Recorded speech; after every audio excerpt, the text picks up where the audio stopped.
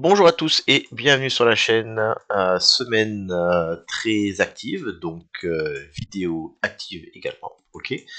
On va faire un tour de Bitcoin, on va faire un tour d'Ethereum et ben on va mettre à jour tout simplement là où on en est. Donc, tout d'abord, je veux faire un rappel important, ok, sur plusieurs choses. J'ai discuté avec pas mal de gens ces derniers temps.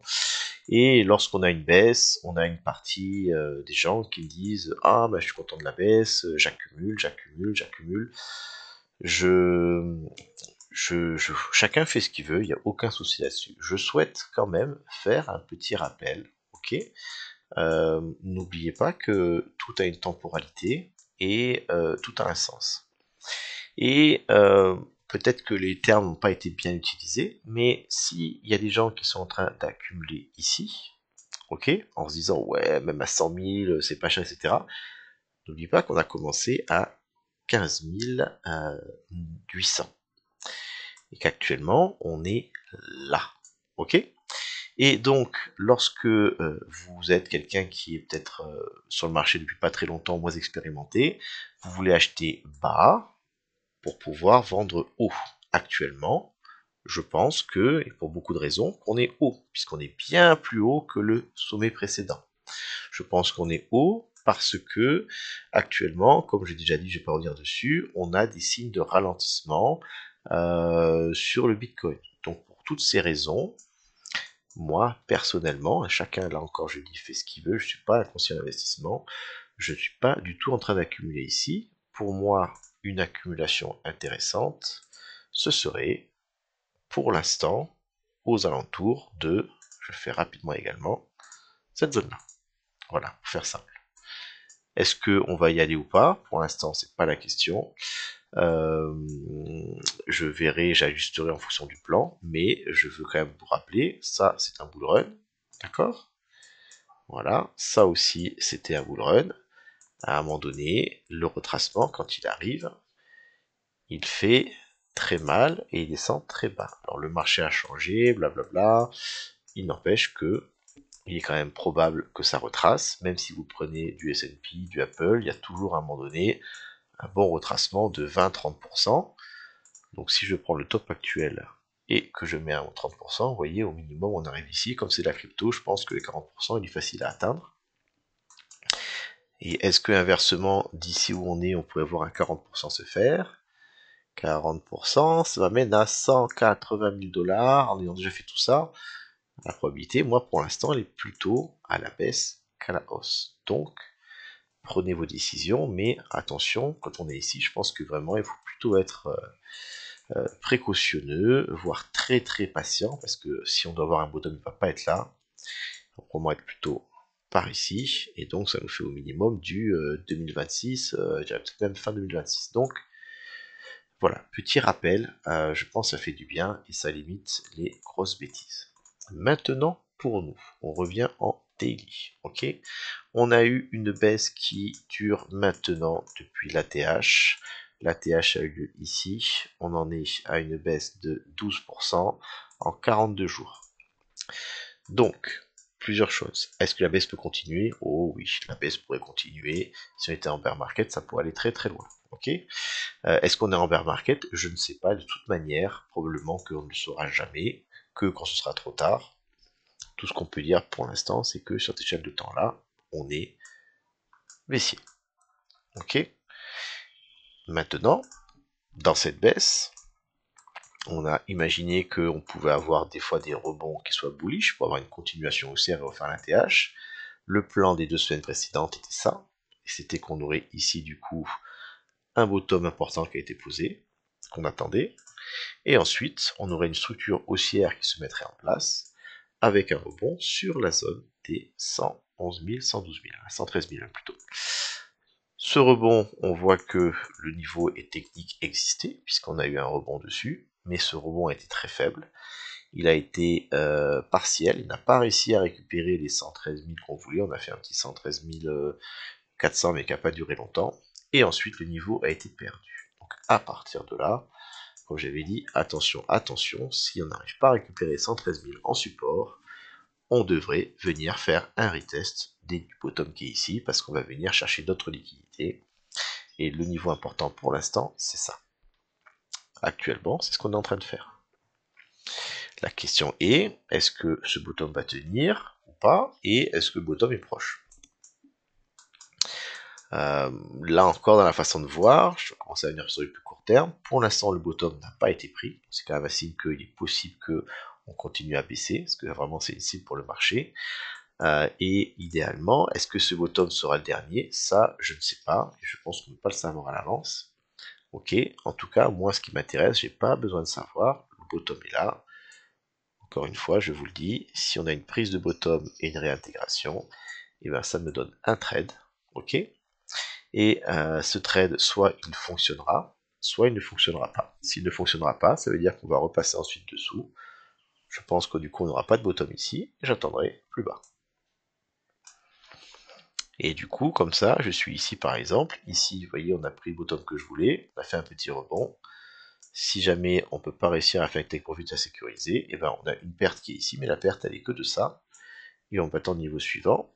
Éventuellement, même ici, imaginons qu'on a une deuxième perte. Tant que vous gérez bien votre capital et votre risque, c'est acceptable. Ici, enfin, on arrive à avoir le bon bottom. Ensuite, le gain escompté devrait être largement supérieur aux deux pertes cumulées. L'idée, c'est d'avoir des bons niveaux pour avoir des pertes qui soient faibles et des gains qui soient importants. D'où la notion de risque ratio, etc. Si vous tradez, vous devez être familier avec ça, sinon je vous déconseille fortement de trader et tout simplement d'être très patient pour attendre des zones de prix vraiment basses. Par exemple, 98 000, ça me semble intéressant déjà pour du plus long terme. Donc, actuellement, on est là. Ok, le week-end arrive. Est-ce que ici on a un rebond bullish? Regardez ce qu'on a en 4 heures. Ça sincèrement, c'est pas vraiment intéressant. Voilà, est-ce qu'on a pris des liquidités majeures? Pas vraiment, elles sont ici. Ok, regardez, je regarde ce rebond avec celui-ci. Qu'est-ce qu'on a eu première fois? Grosse baisse, espèce de mèche qui tienne, on continue un petit peu à baisser. Vous voyez ce qu'on peut avoir comme un bottom. Et puis derrière, c'est un peu mou, ça monte progressivement et on vient retester le bottom. Et après, quand vraiment on est bullish, on commence à avoir de la bougie verte avec de l'amplitude. Est-ce que ici j'ai de la bougie verte amplifiée? Est-ce que j'ai des acheteurs qui ont commencé à short squeezer les vendeurs? Non. Ok, voilà, donc là, pour l'instant, c'est pas fait. Donc, par contre, ce qui est intéressant, c'est qu'on commence à arriver donc sur un niveau qui est important. Vous voyez là, tout ça ici, là, voilà. Et ce niveau important, et ben plus on s'en rapproche, plus le prix, si on arrive sur une bonne zone, il devrait commencer un petit peu à ralentir et avoir du mal à baisser. Parce que les gens qui vont acheter, ils vont anticiper, ils vont commencer à rentrer par paliers, et ces paliers font que le prix en arrivant va commencer généralement un petit peu à ralentir. Alors c'est pas tout le temps vrai, mais quand même, excusez-moi, je reviens ici, ça va pas trop, mais voilà, baisse, baisse, baisse, baisse qui ralentit, ouais. Et une, deux, trois, quatre bougies baissières, vraiment qui commencent à galérer, et après on commence à rebondir. Donc ici, pour l'instant, on aurait encore un peu de marge pour descendre, ok. Je me suis trompé, la baisse est terminée. Si on récupère une résistance en support, donc au minimum, moi je voudrais voir, ici là, support, support, support, je voudrais voir ce niveau franchi et tenu. Si ce niveau est franchi et tenu, en l'état actuel du marché, je pense que notre baisse sera terminée et que on pourra avoir une hausse. Alors vous allez me dire, et vous avez raison, oh là là, mais ce niveau est super lointain, c'est exact. Et c'est pour ça que ce genre de trade là n'est pas intéressant, parce que le stop loss est très loin, et donc on a un mauvais risque ratio avec un top pour l'instant qui est ici, ça fait quand même un ratio un petit peu sale. Donc c'est pour ça que ce qui me plairait, et c'est là où je vais être patient, c'est que si on vient prendre ce bottom, ok, soit on le traverse, ben on fait rien, on attend, ok, soit si on le traverse pas, généralement on va pas le traverser forcément beaucoup si c'est un vrai bon niveau, et à la réintégration, j'aurai un stop loss plus petit, et j'aurai un gain potentiel plus intéressant. Voilà. Donc c'est là qu'il faut être un petit peu intelligent, il faut réfléchir où on va, où est-ce qu'on est invalidé, où est le stop loss pour réfléchir si on veut prendre ces trades ou pas. Donc actuellement sur Bitcoin, on a déjà fait une belle baisse quand même, à un moment donné on va finir par toucher un support et faire un short squeeze. Je pense qu'on peut avoir une petite baisse encore à venir. Traverser tout droit et aller au niveau suivant qui serait les 100 000, Là, quand même, sincèrement, ce serait quand même assez compliqué. Surtout qu'on a un beau niveau horizontal ici à 108 230 là, voilà, celui-ci là, c'est un support. Donc voilà, je pense vraiment que moi que si on doit continuer à descendre, ça commence à ralentir et venir prendre ici. Ça, c'est le point de vue actuel. Maintenant, on va venir sur Ethereum. Ethereum, pour moi, dans la baisse, est un peu plus avancé. On a un gros range ici depuis qu'on a franchi les 2000, d'accord, 2000, 3900, 2000, 3900, le fake out avant l'impulsion. Et là, on est en train de revenir sur ce top. C'est la première fois, et là j'insiste sur les phénomènes qui sont importants, c'est pour ça qu'on est long terme, c'est la première fois que Ethereum, voilà, on va dire que si éventuellement il y a cette mèche là, qui était un retour support résistance, voilà, mais vous voyez qu'on revient pour la première fois sur tous ces tops et sur la bande haute du volume. De plus, par rapport à ce bottom là qui était important, on est pile sur 382 et j'avais également comme confluence le VWAP qui n'avait jamais été touché. Et je vous dis dans la vidéo d'hier, le VWAP, quand il est long terme et qu'il n'a jamais été touché, la première touche, c'est un excellent trade parce qu'on a souvent des achats automatiques et un rebond. C'est exactement ce qu'on a eu. Et quand on arrive ici, regardez comme c'est beau. J'avais mis moi un ordre à 3854, je crois, et je me suis réveillé ce matin avec un Bitcoin à 3950. Donc, un rebond entre guillemets un peu automatique de 2-3%. C'est toujours super agréable. Est-ce que ça c'est le bottom? Non, pas forcément. Mais c'est un niveau quand même long terme important et intéressant. Chose que actuellement je n'ai pas sur Bitcoin. Bitcoin il est encore un petit peu entre les deux. Donc par rapport à ça, il est possible que Ethereum pose ce bottom plutôt que Bitcoin. Je regarde également ma paire ETH-BTC.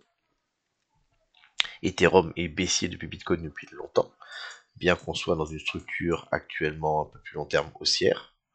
Donc on pourrait, après ce range, penser qu'on repartira à la hausse. C'est pas garanti, mais ça reste assez probable. Et du coup, lorsqu'on est arrivé ici, on avait un bottom qui était là. Ce bottom a été pris. Et là, on est en train un peu de rebondir. Donc, il est probable que, comme je l'ai imaginé, Ethereum surperforme un peu Bitcoin. Pourquoi pas dans les jours ou semaines qui viennent. À voir après s'il veut aller venir continuer la hausse ou si au contraire on revient sur un gros niveau anciennement support qui devient résistance et que on part sur la fin du bear market, sur la bear market, fin de l'alt season, etc., etc. Ça, je ne sais pas. Ce que je sais, c'est que il me semble bien probable que dans les heures et les jours qui viennent, Ethereum surperforme Bitcoin. Actuellement, il a fait 1,32% de mieux. Ok, c'est ici le THBTC 1,32%. Voilà.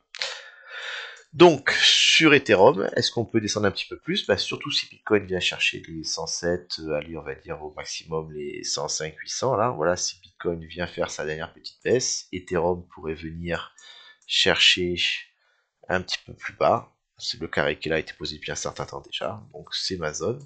Par contre, je pense que cette zone est une bonne zone pour de l'achat et du swing, que ce soit entre voilà toute cette zone ici, et là il est quand même assez probable après une baisse aussi importante qu'on ait un rebond au moins partiel qui nous donnerait l'occasion, attention ici grosse résistance, voilà, de venir faire du pourcentage. Voilà mon point de vue actuellement sur le marché. Le week-end arrive, donc on va avoir une pause à l'intérieur avec potentiellement un gap. Ça, c'est toujours la petite cerise sur le gâteau qui fait que ça peut être un peu indécis. Mon idée est que la baisse est probablement bientôt finie. Est-ce qu'elle est déjà finie? Peut-être, mais je ne le sais pas encore. Il y a encore de la place pour continuer vers le bas un petit peu. Ok. Perdre ce niveau me paraît peu probable sans passer par un rebond partiel avant. J'essaie de faire simple. De la même chose sur Ethereum, perdre ce niveau me semble peu probable avant de passer par un rebond partiel avant. Donc je suis maintenant intéressé pour de l'achat sur les niveaux actuels, en espérant du coup plus haut dans les jours ou la semaine qui vient. Voilà, pour faire simple. Maintenant, je reste conscient que sur Bitcoin, on est baissier depuis maintenant longtemps. et que tant que je n'aurai pas un signe de force, mais qu'au contraire je verrai des signes de faiblesse avec des points hauts plus hauts et des points bas plus bas, et ben la probabilité est à la continuité baissière. Est-ce que c'est le bear market? Je n'ai envie de dire je ne le sais pas, et personnellement c'est pas forcément ce qui m'intéresse. Je vous prends un exemple où on a fait des points bas plus bas pendant très longtemps, c'était ici. On a fait 8 mois de points hauts plus bas, 8 mois de points bas plus bas, c'était de l'accumulation avant un pump. Est-ce qu'on pourrait avoir le même scénario? C'est possible. N'oubliez pas que plus on va arriver sur des zones de prix élevées, plus la probabilité que ce range soit une cassure vers le bas deviendra importante. Je garde ça en tête. Ici, quand on a cassé vers le haut, j'étais très bullish. Ici, si on casse vers le haut, je vais l'être beaucoup moins. On pourrait voir un fake avec un gros renversement et la fin du monde qui arrive. Ok, je pense que c'est pas mal. 15 minutes, c'était assez long, mais il faut le faire. Petit bonus pour ceux qui ont survécu jusqu'ici, parce que comme c'est assez long, souvent c'est pas évident. Je le sais moi-même, j'aime pas trop les vidéos qui dépassent 10 minutes. Actuellement, on avait un setup particulier sur Bitcoin. On a regardé comme c'est beau, c'est tellement beau. Ça, ce sont, je rappelle, les sessions des journalières. Donc ça, c'était avant-hier. Ça, c'était hier. Borne haute, borne basse. Et aujourd'hui, on a ouvert sous le range précédent. 1, c'est baissier. De 2, ça m'ouvre la place à le trade suivant. Soit la borne basse ici est résistance, hein, on va même le faire comme ça. Voilà, ouverture de la journée sous la borne basse. Donc soit cette borne reste résistance et dans ce cas-là la probabilité de la continuation baissière, soit, et pour l'instant ça n'a pas été le cas, on vient réintégrer cette zone. Ok, généralement ce qui se passe c'est que le marché va passer assez facilement, il a tendance à revenir visiter un peu ici. Et ensuite, s'il revient une deuxième fois à l'intérieur, alors là, on devrait aller relativement vite, chercher à minima le point of control, donc les 111 700, et généralement assez bien la borne opposée, donc les 113 300. Ce serait un short squeeze, après une baisse aussi importante, ça serait assez possible. Donc ce setup pour moi s'active si on arrive à clôturer une demi-heure ou une heure à l'intérieur des 109 800. Actuellement, on n'a pas réussi à le faire. Regardez, le respect de la borne est assez magnifique puisque on est venu pile poil dessus, 109 882, résistance, réjection. Mais le marché visiblement n'a pas fini. Voilà, on risque peut-être d'avoir ça. On viendrait ici un petit peu au-dessus, on valide. Soit on part direct en short squeeze, soit on pourrait se faire rejeter une dernière fois, légèrement rebondir sur le point of control de la journée et après partir. Ok, ça va être assez sympa à suivre et réponse du coup dans 24 heures. Mais personnellement, j'ai parié là-dessus et je n'ai pas acheté du Bitcoin, j'ai acheté de l'Ethereum. Je vous souhaite à tous une bonne journée. Et puis, probablement, on se verra pour un point pour la semaine à venir, lorsque le week-end aura avancé et qu'on aura la résolution de cette zone-là. Au revoir.